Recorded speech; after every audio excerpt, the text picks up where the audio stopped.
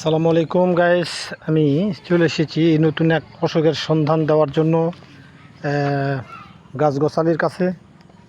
দেখেন, এই যে আপনার হলো মিষ্টি দানা গাছ, মিষ্টি দানা বা মধু দানা, মধুর গাছ বলে কেউ, মিষ্টি দানা বলে কেউ। এই দেখেন, দেখাচ্ছি।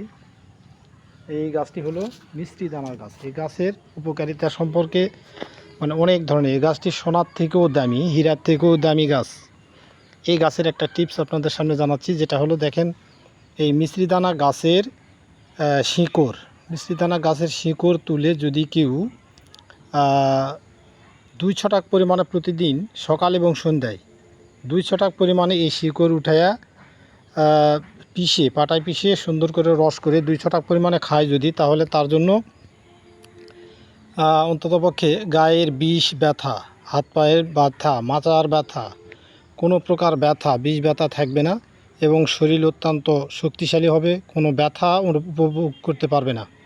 প্রত্যেকটি ব্যথায় শরীর থেকে একবারে নির্মূল হয়ে যাবে। আপনারা দেখেন, এই যে